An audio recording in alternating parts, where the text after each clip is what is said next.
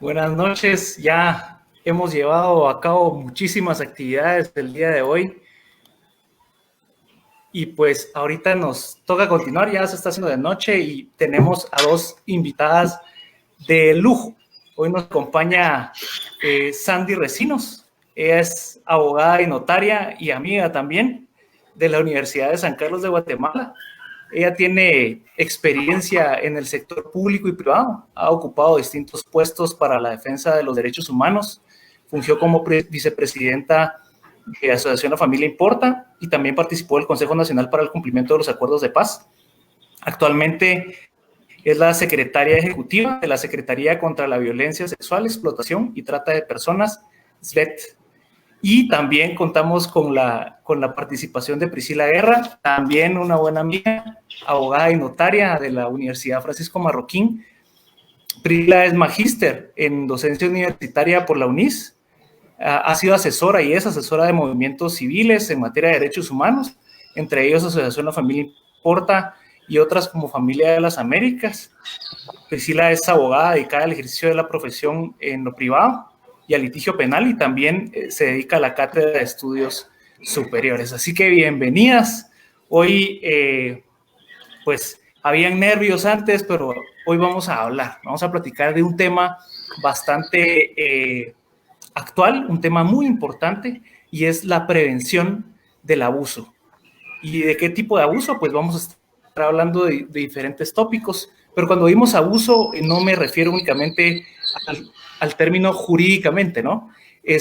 Vamos a hablar de agresión, vamos a hablar de violencia sexual, violencia intrafamiliar, y después vamos a ir aterrizando un poquito la conversación en la actualidad, qué está pasando en Guatemala actualmente. Así que bienvenidas a ambas. Sandy, bienvenida. Priscila, bienvenida. Muchas gracias, Eduardo. Y para empezar, quisiera tal vez que Sandy nos explicara un poquito qué es la Secretaría, la SVET, la Secretaría en contra de la Violencia, para que nos familiaricemos un poquito qué hacen. Muchas gracias, José Eduardo. Muchas gracias también. Qué gusto, Priscila, compartir contigo este espacio. Y buenas tardes a todos también los que nos están escuchando a través de esta iniciativa de AFI. Estoy muy emocionada, muy contenta por esta marcha que nos tocó de esta manera, ¿verdad? Pero qué bueno, porque también así podemos llegar a más enlaces, a más personas y que el mensaje pueda llegar también como debe de ser. La secretaría que al día de hoy represento es la Secretaría contra la Violencia Sexual, Explotación y Trata de Personas. Esta secretaría depende de la Vicepresidencia de la República y fue creada en el año 2009 mediante el decreto 9/2009. Somos el ente rector y asesor de Guatemala para la prevención y atención contra la persecución de la violencia sexual, explotación y la trata de personas. Y también somos la institución referente de apoyo y asesor ante las instituciones del Estado para reducir y combatir los delitos de violencia sexual, explotación y trata de personas. Nuestro objetivo principal es la prevención, realizar acciones directas y concretas para la prevención de estos 3 delitos, así también para coordinar acciones interinstitucionales que nos permitan de alguna manera unificar esfuerzos con Ministerio Público, con la Procuraduría General de la Nación, con Policía Nacional Civil, para que en conjunto podamos nosotros combatir estos grandes flagelos que afectan tanto a la sociedad de Guatemala. Gracias, Andy. Menuda tarea la que tienen adelante. Y también le brindamos toda la suerte y el apoyo que necesiten, ¿verdad? Porque es un trabajo duro el que tienen adelante. Y Priscila, bienvenida de nuevo. Quería, ya para entrar un poquito en materia, ¿qué podemos entender por abuso? Cuando hablamos de abuso, ¿a qué nos podemos referir? ¿Qué tal? Mucho gusto. Buenas noches a todos. Pues es interesante y la verdad es que muy importante tener la oportunidad en un foro abierto como este con tanta afluencia de tantas personas, poder entrar un poco en el tema, como tú dices, en el concepto de lo que es abuso, sin detenernos en tecnicismos legales, porque no es el objetivo del foro, sino hablando del tema de una manera más amplia. Nuestra legislación contempla diferentes figuras dentro de las cuales pueden caer situaciones de vulnerabilidad o situaciones en que se violentan los derechos de cualquier persona, niños, adultos mayores, mujeres, independientemente de la realidad sociológica en la que vivimos, en la cual pues la mayoría de tal vez de personas violentadas son mujeres, pues el término abuso puede abarcar muchas figuras delictivas, ¿verdad? Tenemos, por ejemplo, en específico los delitos de los que trata la SBET, la Secretaría de la que Sandy pues, preside, pero también tenemos muchas figuras, por ejemplo, de violencia intrafamiliar, en las cuales pues tal vez no necesariamente hay temas de abusos sexuales. También tenemos temas, por ejemplo, como incitación a cosas como a la pornografía, la corrupción de menores. Hay personas que son abusadas desde un punto de vista económico, psicológico, físico, no siempre necesariamente sexual, ¿verdad? Entonces, lo importante, ya que los abogados, los jueces, los fiscales son los que se fijan en el tecnicismo y buscan las figuras legales y el procedimiento exacto, lo importante aquí es que todos nosotros y toda la población y toda la audiencia vea que todas las formas de abuso están condenadas por la ley, están reguladas de alguna manera y encuentran mecanismos institucionales y jurisdiccionales para salir de esos problemas, ¿verdad? Para enfrentarlos. No hay una sola persona en nuestra sociedad que pueda sufrir un abuso, que no caiga en un supuesto que la ley pueda prever y pueda encauzar de alguna manera, ¿verdad? Pues esto sería en términos amplios lo que es el abuso. Todo tipo de personas y cualquier tipo de abuso, independientemente, como les decía, que Sandy lo sabrá mejor, de que en nuestra sociedad pues tal vez sí hay incidencia de ciertos tipos de abuso de una manera pues tal vez más notable, ¿verdad? Y justamente es un tema que en la ley se actualiza bastante. Pocos temas conozco que la ley va a la vanguardia, o sea, se han creado delitos para cuando hablamos de derechos recientemente, ¿no? O sea, se ha creado en los últimos 10 años leyes específicas en la materia y justamente la creación de la Secretaría que Sandy representa es la prueba de ello. Me gustaría, Sandy, que nos platicara un poquito sobre los delitos que se describen en el nombre de la Secretaría en contra de la violencia sexual, explotación y trata de personas. A mí me costaría incluso, o personas no diferencian explotación de trata. ¿Cómo podemos definir estos delitos? ¿Qué son? ¿A qué se refieren? Claro que sí, José Estuardo, pues como bien lo decía Priscila, el abuso realmente es un poco más amplio, lamentablemente no está legislado como tal en nuestro ordenamiento jurídico, pero la violencia sí, y la violencia desde los 3 delitos que nosotros de la Secretaría manejamos, la violencia sexual va enfocada directamente al abuso, a las formas drásticas que las personas pues atacan a otra persona desde el punto de vista sexual, ¿verdad? Aquí nosotros lo abarcamos en todos los aspectos, niñas, niños, adolescentes, mujeres, porque también e incluso mujeres dentro de los hogares pueden sufrir la violencia sexual. En cuanto a la explotación, nosotros la manejamos, la explotación puede ser laboral, ¿verdad? La explotación sexual también tenemos, y aquí es donde se marca una línea muy delgadita entre lo que es la explotación sexual y la trata de personas. Pero la diferencia entre ambos básicamente radica en el engaño, ¿verdad? Que pueda existir a la hora de la forma como se le hace ver a las personas. Muy difícil de identificarlo directamente desde el punto de vista de los particulares o los que están sufriendo, ¿verdad? El delito, pero para los expertos y en el ámbito legal sí lo logran definir. La trata de personas porque va enfocado al engaño, a la ardida, de cómo utilizan los mecanismos que utilizan los delincuentes para hacerle ver a una persona la que va a ser contratada para realizar un acto y al final ni le dan el trabajo para el que está contratada y tampoco todo lo que le ofrecieron se llega a concluir, ¿verdad? Entonces ahí donde aparece el engaño es lo que podemos definir como la trata de personas. Entiendo que estos delitos son mucho más comunes de lo que creeríamos. Pareciera que como son ajenos, trata de personas, como le llamaban antes, trata de blancas, son delitos que tal vez están por ahí, pero no suceden en Guatemala. Y las VET nos ha hecho ver justamente que son delitos muy comunes y que a veces pasan en nuestras narices, en temas laborales, gente que es percibida con un engaño de supuesto trabajo o de un ofrecimiento de supuestos salarios y son engañadas y extraídas.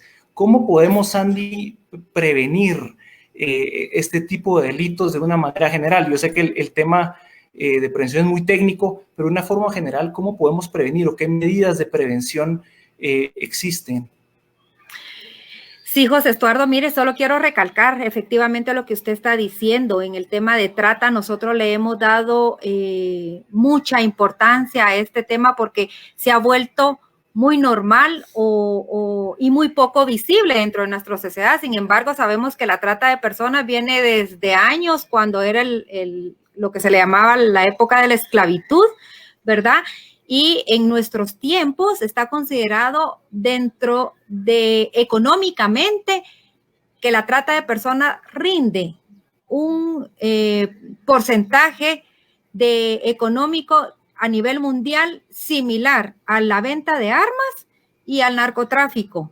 Son 121 países alrededor del mundo que están involucrados en el tema de trata, con más de 12 millones de mujeres sometidas a este delito. Nosotros desde la Secretaría hemos enfocado 2 ejes prácticamente para la prevención de estos 3 delitos, básicamente, incluyendo niños, niñas, adolescentes y mujeres que puedan ser vulnerados.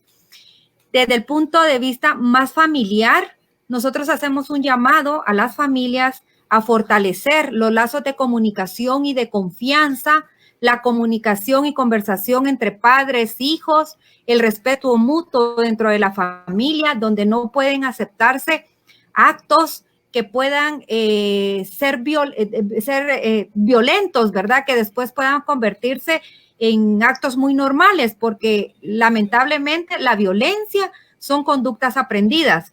Si un padre es violentador, el hijo va a ser un violentador o la niña va a creer que esos actos son tan normales que cuando adulta o en su proceso de desarrollo pueda llegar a aceptarlos también como actos muy normales, y eso no lo debemos de permitir.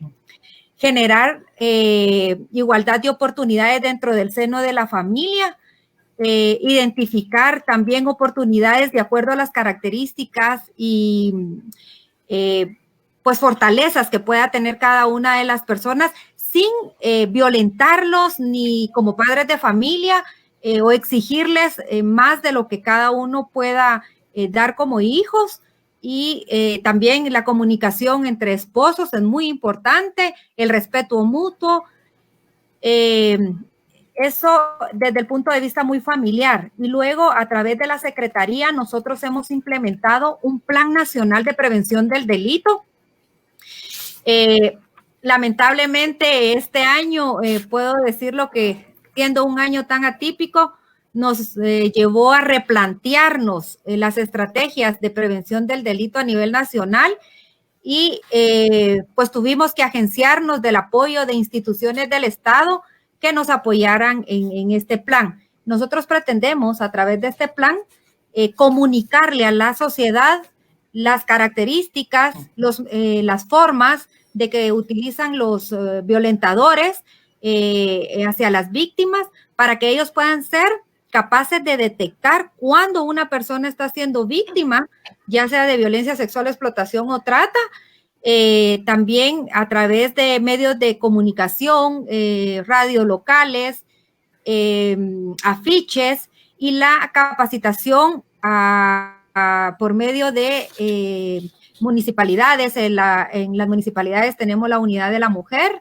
a nivel nacional, los gobernadores, y esta ha sido la forma como nosotros, por medio de la Secretaría, hemos logrado llevar la información de prevención del delito.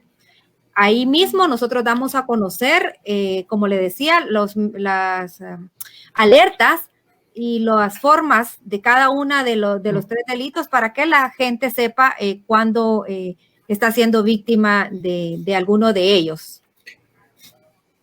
Entiendo que es una labor de prevención y también de generar conciencia la que se realiza, porque nosotros como padres de familia sabemos que de los delitos de violencia, trata, explotación, los niños son un objetivo de estos delincuentes y entonces tenemos que conocer que esto existe. No podemos vivir ajenos a la realidad que hay en Guatemala. Y siguiendo con el tema de prevención, yo sé, Priscila, que tú tratas estos temas a nivel académico, a nivel antropológico. ¿Cómo nos podrías o qué piensas más o menos al hablar de prevención del abuso? Y aquí me refiero no solamente a los delitos que trata las VET, sino también a la violencia intrafamiliar, a la agresión. Sí, bueno, gracias. Muy interesante que nos percatemos primero cómo es que, gracias a Dios, en nuestro país, a lo largo de los últimos años, como mencionabas tú, no solo los protocolos de actuación de los organismos jurisdiccionales y estatales en general han ido, pues, favoreciendo digamos así, la prevalencia del derecho sobre la burocracia, incluso con la creación de esta secretaría que Sandy preside, ¿verdad? Entonces vemos cómo la tendencia sí es hacia ser más eficaces en la prevención y en el combate. Pero entrando a lo que pues, específicamente me preguntas, yo precisamente quisiera que hiciéramos la reflexión de que el fenómeno del abuso en todas sus formas, como mencioné al inicio, es un tema que se debe abordar de manera multidisciplinar. Los abusos son anteriores al Estado, anteriores al derecho, son, digamos, realidades humanas que se viven en todas las sociedades y precisamente los componentes del tema de los abusos a las personas, de la violencia intrafamiliar, de la explotación de menores, de todas estas tristes realidades, es un tema que tiene facetas, ¿verdad? Tiene facetas psicológicas, tiene facetas económicas, tiene facetas netamente jurídicas. Y muchas veces en la sociedad pues no terminamos de comprender que cada uno de los actores sociales tenemos un papel en la prevención. Y muchas veces se tiende a pensar que el Estado o las leyes son quienes resuelven los problemas. Y a veces la realidad es que los problemas se resuelven formalmente, pero en el fondo hay un trabajo mucho más importante, ¿verdad? El trabajo de prevención precisamente es un trabajo de formación humana, es un trabajo de educación de la persona, es un trabajo de solidaridad y subsidiariedad social, es un trabajo de despertar un poco esa conciencia que todos debemos de despertar en nosotros, de que como sociedad somos un organismo vivo y de que todos nos cuidamos los unos a los otros. A nivel académico, a nivel formativo, podemos ver, como bien señalaba Sandy, que la violencia pues empieza en casa, se genera en casa, se normaliza en casa, y me refiero a casa en el sentido amplio, ¿verdad? A veces pues no se vive una familia nuclear como tal, pero el ámbito donde vives, ¿verdad? Incluso a veces en entidades estatales, ¿verdad? En lugares de asilo, por ejemplo. Es decir, la violencia viene desde el fondo de lo que es la humanidad misma, y es ahí a donde debemos de llegar como el actor social que seamos, en el papel que tengamos, para prevenirla. Y al Estado y a las leyes, pues les debemos de pedir, y los que nos dedicamos a esto, pues precisamente tenemos la gran responsabilidad de la acción efectiva de la ley. Pero la ley, digamos, puede llegar a hasta cierto punto y no puede llegar hacia lo que es educar a las personas, no puede llegar hacia lo que es cambiar parámetros de pensamiento o estándares que son de por sí nocivos, de por sí dañinos, de menosprecio, ¿verdad? Este concepto que debemos de enseñar a las nuevas generaciones de la igualdad de todos frente a la ley, ¿verdad? Del respeto que no es negociable, del mismo plano en el cual todos nos desenvolvemos sin importar ninguna circunstancia, ningún factor externo. Es ahí, ¿verdad? A veces en los ámbitos escolares donde vemos que empiezan niños o niñas abusadores, ¿verdad? Que uno dice, bueno, aquí incluso hasta trastornos de personalidad, factores puramente psicológicos o psicosomáticos. Entonces, pienso que es importante que este tema no se aborde desde una perspectiva únicamente jurídica, sino que cada uno de nosotros en el lugar que está en la sociedad, repito, pensemos cuáles son esos pasos, esas medidas, esas actitudes con las cuales nosotros favorecemos el tratamiento de este tema, ¿verdad? Sin que sea precisamente quizá un tema tabú o un tema puramente legal, sino un tema de formación humana, un tema en el cual los guatemaltecos aún tenemos mucho que ganar, ¿verdad? En solidaridad, en respeto mutuo, en eliminar prejuicios, ¿verdad? También muchas veces los prejuicios son el fondo de lo que hay en los abusos o en el maltrato. Entonces, esta dinámica que estamos haciendo el día de hoy me parece muy enriquecedora porque quizá las personas que nos ven podrían haber tenido en algún momento la idea de, bueno, cómo es que el gobierno previene y remedia los abusos, ¿verdad? Pero el factor social es el primero, el factor familiar, el factor humano es el que puede realmente llegar a erradicar o a remediar de gran manera previo a la actuación de la ley y de los órganos institucionales. Muy enriquecedor tu aporte, Priscila. Interesante saber también cómo este tipo de delitos, este tipo de agravios, agresiones, abusos o como le querramos llamar, generalmente permanecen ocultos, ¿no? Hay mucha vergüenza en denunciar este tipo de abusos. Y yo le voy a pedir a Elena que vuelva a pasar el sentido que estaba pasando. Y justamente le quería preguntar, Sandy, ¿a dónde podemos denunciar? Sí, nosotros hemos dado a conocer a través de nuestra campaña que los números de teléfono, mira, hay diferentes formas. Las más comunes, ¿verdad? Podemos decir, y el llamado que nosotros hemos hecho es al 110 de la Policía Nacional Civil, al 1572 del Ministerio Público, al 2414 8787 de la PGN.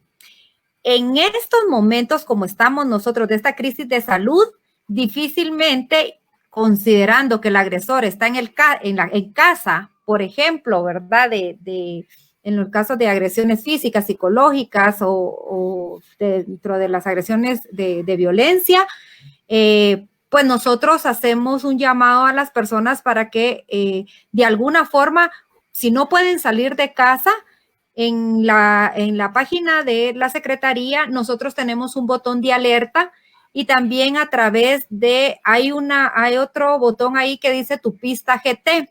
Ahí ellos pueden llenar, toda persona que se sienta de alguna forma violentada ingresa a la página de la Secretaría, le van a pedir ahí unos datos y esa información se direcciona inmediatamente a la Policía Nacional Civil.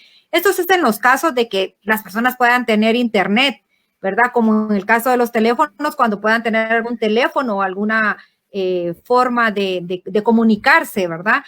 La otra, pues, va a ser acudir directamente a las instancias de recepción de denuncias y, pues, también nosotros a través de la Secretaría hemos hecho un llamado a vecinos, familiares, incluso policías de condominios que sepan o que se den cuenta que una persona está siendo víctima de alguno de estos delitos, que sean los portadores de las denuncias a través de la Policía Nacional Civil.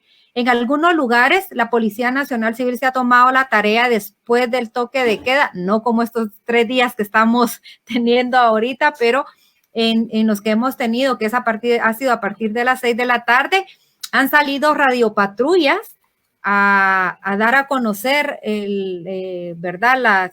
Los números de teléfono y las formas como pueden denunciar, José Estuardo. Es bien difícil en este momento que estamos pasando para las víctimas, y lo sabemos y lo reconocemos, que puedan acudir inmediatamente a poner una denuncia. Sin embargo, el vicepresidente de la República ha hecho un llamado a través de algunos videos para concientizar a nivel nacional a toda la población que denunciemos, independientemente que sea en forma particular o por conocimiento que tengamos de alguien, ¿verdad?, que está siendo víctima de alguno de estos delitos. Entiendo, Sandy, que estas medidas y estos mensajes han surgido justamente que a raíz del confinamiento han aumentado el tema de los abusos, ¿no? Sí, a nivel mundial, de acuerdo a estudios técnicos que se han hecho y antecedentes históricos, siempre que hay un confinamiento o un encierro dentro de un hogar, se pueden tener mayores índices de violencia, ¿verdad? Y el COVID-19, que es lo que estamos pasando ahorita, definitivamente ha provocado que los índices de violencia dentro de los hogares, dentro de las familias, aumente, no así la denuncia. Por lo que les comentaba, que para la víctima es más difícil hacer la denuncia porque tiene al victimario dentro de la casa y esto puede provocarle a ella mayor violencia. Pero efectivamente, todas las alteraciones que estamos viviendo, los problemas socioeconómicos, de salud, el encierro en sí, el tener incluso los niños en casa, porque muchas veces los padres de familia nos acostumbramos a tener solo ciertas horas a los chiquitos en casa, porque los demás se encarga el colegio, la escuela, los maestros, y pues tener 24 horas del día, muchos días a la semana como los estamos pasando, de alguna forma hay algún tipo de alteración que puede provocar estos índices, ¿verdad? Estos puntos álgidos que se han dado dentro del confinamiento. Claro, no podemos obviar la realidad y tenemos que actuar justamente con datos y cifras reales. Ahora, vale la pena recalcar que a pesar de que el tema del abuso intrafamiliar, la violencia intrafamiliar ha aumentado con el confinamiento, no es la regla general. Y a mí me gustaría sobre este tema escucharte, Priscila, ¿qué nos puedes decir o qué después de una denuncia, qué contempla la ley o qué piensas al respecto? Bueno, muy bien, pues precisamente digamos que los organismos del Estado están configurados de tal manera de que a la víctima se le pueda prestar una atención inmediata, una atención eficaz y una atención que lo que hace es iniciar una cadena de procedimientos, un proceso administrativo que termine en un proceso jurisdiccional. Tenemos varias instancias ante las cuales nos podemos abocar, independientemente de estos mecanismos pues que Sandy mencionaba, incluso las BED, que es una instancia que gracias a Dios puede redirigir a las personas y conducirlas. Pero por lo general lo que sucede es que las personas se abocan pues a una comisaría, las personas van a la Oficina de Atención Permanente del Ministerio Público. Estas dos instancias siempre refieren hacia los juzgados especializados, sean juzgados de menores, sean juzgados de femicidio. Y lo que sucede aquí, y es importante mencionarlo, es que hay medidas, digamos, de reacción inmediata, en la cual a las personas se les puede prestar una asistencia de emergencia, un alejamiento de las personas que representan un peligro, una separación, digamos, del lugar que representa un peligro. Sucede con menores, sucede con mujeres, sucede con todo tipo de personas. Y lo interesante aquí es que entonces el mecanismo completo del Estado se pone, digamos, del lado de la víctima con una persecución penal que puede, pues como bien saben mis colegas acá presentes que son abogados, una persecución penal que eventualmente lo que busca es demostrar o constituir prueba para saber si realmente se puede llegar a una condena, que es una situación definitiva, y al castigo, digamos, del agresor. Y este castigo puede ser desde una pena natural de un padre que tiene que alejarse de sus hijos temporalmente o para siempre, ¿verdad? Por haberlos agredido, puede ser una pena mayor, ¿verdad? Una pena, pues, que implique un sufrimiento de confinamiento en una prisión por muchos años o incluso de por vida. Y bueno, los tecnicismos de las consecuencias legales son algo que en cada proceso varía, ¿verdad? Porque hay circunstancias importantes. En este caso, por ejemplo, me gustaría mencionar algo que muchas veces yo siento que no es suficientemente considerado. Cuando nos referimos al tema de abusos a mujeres o a niñas, ¿verdad? Que lamentablemente es innegable en nuestro país que se da muchísimo, muchísimo más de lo que quisiéramos. No quisiéramos que se diera nunca, pero realmente los índices pues hablan por sí solos. A veces se habla del abuso como que fuera un acto aislado, ¿verdad? Y lo que sucede es que la mayor parte, me atrevo a decir, de las mujeres que son abusadas en nuestro país, de las niñas que son abusadas, son objeto de abusos continuados, es decir, las figuras delictivas no son un solo acto al cual viene la ley o el Estado y le pone remedio, sino que es hasta un modo de vida, es muy duro tener que decirlo, pero como decía, los abusos vienen en principio de las actitudes, ¿verdad? Entonces, muchas niñas son sometidas a abusos continuados. El delito se presenta de una forma que se extiende en el tiempo y de tal manera, con tal nivel de gravedad, que muchas veces las personas, como decía bien Sandy, se llegan a acostumbrar o a creer que es normal o a creer que es tolerable. Incluso algunas niñas que piensan que si abusa de ellas alguien de su casa, un pariente, un amigo cercano, pues no es lo mismo que si abusara de ella un extraño en la calle, ¿verdad? Como que la percepción del delito llega hasta palidecer. Y esto, pues, volvemos a lo mismo, ¿verdad? La información, la educación, y que nosotros, los que estamos alrededor de poblaciones vulnerables, todos somos vulnerables en alguna medida, pero hay grupos más vulnerables, pues que nosotros también tengamos un poco de ese valor de involucrarnos, de ese, como decía Sandy, desde la casa, ¿verdad? Ir empezando a ver las actitudes que se fomentan. Se dice que estas actitudes muchas veces vienen de un machismo y realmente pues el machismo no lo encuentran los niños en la comida, ¿verdad? No lo encuentran los niños en una clase en el colegio, sino lo encuentran en las actitudes que viven en su círculo y en su núcleo familiar, ¿verdad? Entonces, por ahí es que, digamos, la ley pide ese acompañamiento, ¿verdad, Sandy? Así es. Sí, como les decía al principio, y tú muy bien lo dices, estas muchas veces son actitudes aprendidas, ¿verdad? Y es a lo que nosotros tenemos ahí sí que apuntar en educación, en formación, buscar todos los medios alternativos para que llegara a los hogares, a las familias y desde padres, empezar con la educación para que ellos eduquen a sus hijos de una mejor manera y estos niños, estas niñas y estos adolescentes en su desarrollo puedan transformar estas ideas y así pues ser mejores ciudadanos, mejores personas al momento que les toque que formar sus familias, romper ese círculo, ¿verdad? De violencia, romper esas ideas y esos actos aprendidos que habían traído o que vieron ellos en sus familias.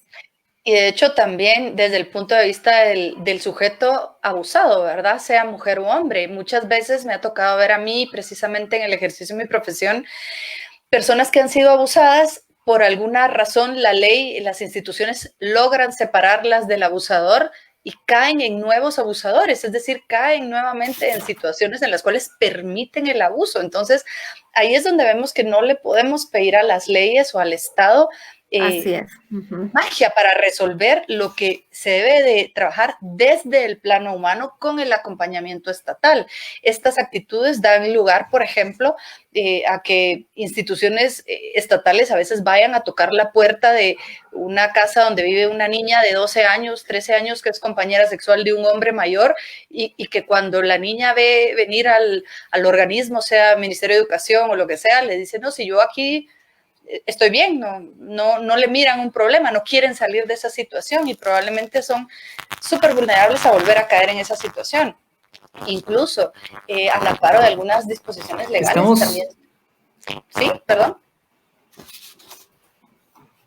No, te decía que estamos hablando de un tema muy delicado y también quería tocar otro enfoque, porque si no se nos consume el tiempo, pero estamos hablando de temas de abusador y es súper interesante cómo las mujeres sufren mucho este tipo de abuso, también los hombres, niños, niñas, adolescentes.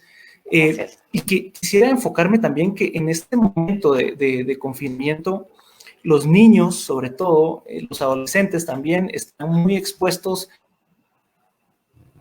a redes sociales y esto da pie al tema de la pornografía, al tema de la ciberdelincuencia. Quisiera, Sandy, tal vez podría adentrar un poquito en eso. Claro que sí, José Estuardo. Pues sí, efectivamente, todo esto del confinamiento lo que ha provocado es de que los niños y las niñas y los adolescentes pues estén más tiempo en el internet, en sus redes sociales, sin supervisión, porque las redes sociales o el internet no es malo, sabiéndolo hacer correctamente, utilizándolo correctamente, pero muchas veces también tenemos el problema que lo hacen sin supervisión. Ahí es donde pueden los niños ser vulnerables a los ciberdelitos. Nosotros hemos elaborado desde la Secretaría una mini guía. En esta mini guía y tenemos 3 delitos, digamos que es lo que lo llamamos y les hemos puesto el nombre de acuerdo al léxico que los jóvenes pueden utilizar, ¿verdad? Tenemos el grooming, el sexting y el sextortion, que son las diferentes formas como pueden darse los delitos dentro del internet. En esta mini guía, nosotros, es una mini guía formativa hacia padres de familia y jóvenes para que donde están los elementos y los mecanismos que utilizan los agresores en el internet, los violentadores en el internet y que ellos deben de estar alertas para de saberlos detectar. A los jóvenes y a los niños les recomendamos de que no suban fotografías al internet que sean muy comprometedoras, que expongan su cuerpo, que estén muy alertas con las personas que les dan invitaciones en las redes sociales, en Facebook, Instagram, ¿verdad? Saber ver los perfiles, investigarlos bien, no aceptar invitaciones de desconocidos, también no subir fotos de casas, de vehículos, que de alguna forma esto pueda ser herramientas que los victimarios utilizan para someterlos a una acción violenta y que después pueda ser muy perjudicial.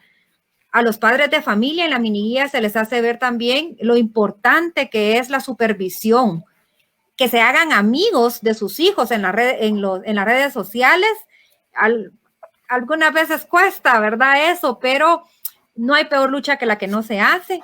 Crear espacios abiertos de internet es bien importante en las casas, no permitir que los jóvenes, los niños estén utilizando el internet en lugares en donde puedan estar muy solos o puedan ser espacios como muy susceptibles a estas situaciones, ¿verdad?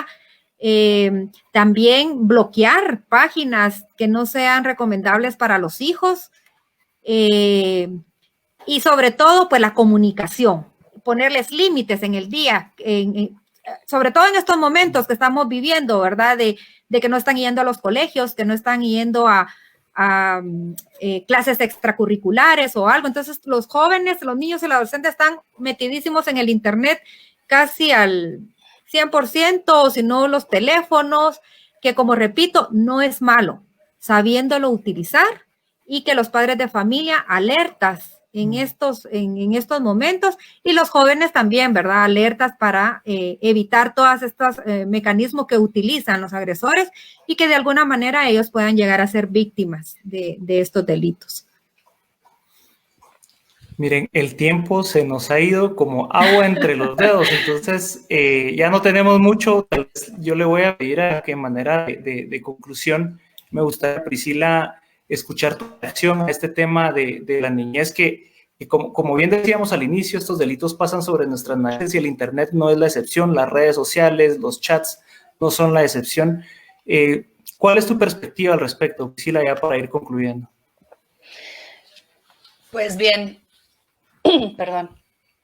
este tiempo creo que nos ha dado una gran oportunidad, como en todas las facetas. Nos da una oportunidad como sociedad para hacer las reflexiones del caso, nos da una oportunidad también, digamos, como comunidad educativa, educadores y educandos, nos da una oportunidad para adentro, hacia adentro de las familias, de darnos cuenta de todas estas piedras que vamos nosotros poniendo, digamos, como base para la construcción de la personalidad de nuestros hijos, de la sociedad que queremos formar. Entonces, realmente yo, incluso dedicándome a lo jurídico, invitaría a todas las personas a que nos responsabilicemos del papel que nosotros jugamos en la sociedad como actores que día a día ponemos las pautas y los parámetros de educación para prevenir y para solucionar los casos de abuso. Y por supuesto que nos aboquemos a las instituciones estatales, jurisdiccionales y administrativas que tienen los cauces y los mecanismos necesarios para ayudarnos. Así es, gracias Priscila.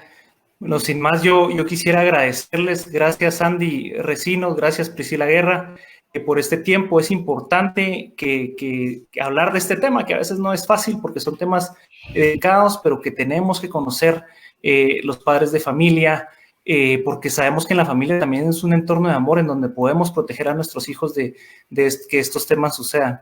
Así que, sin más, les agradezco muchísimo la participación, el tiempo, y también las invito a que se queden en sintonía, pues vienen buenos invitados. A continuación tenemos a Patricia Sandoval, quien nos va a compartir un tema muy interesante. Así que invitados todos a continuar y feliz noche. Muchas gracias, José Estuardo. Qué gusto, Priscila, también. De la transmisión. Sí, gracias por compartir con ustedes. Muchas gracias.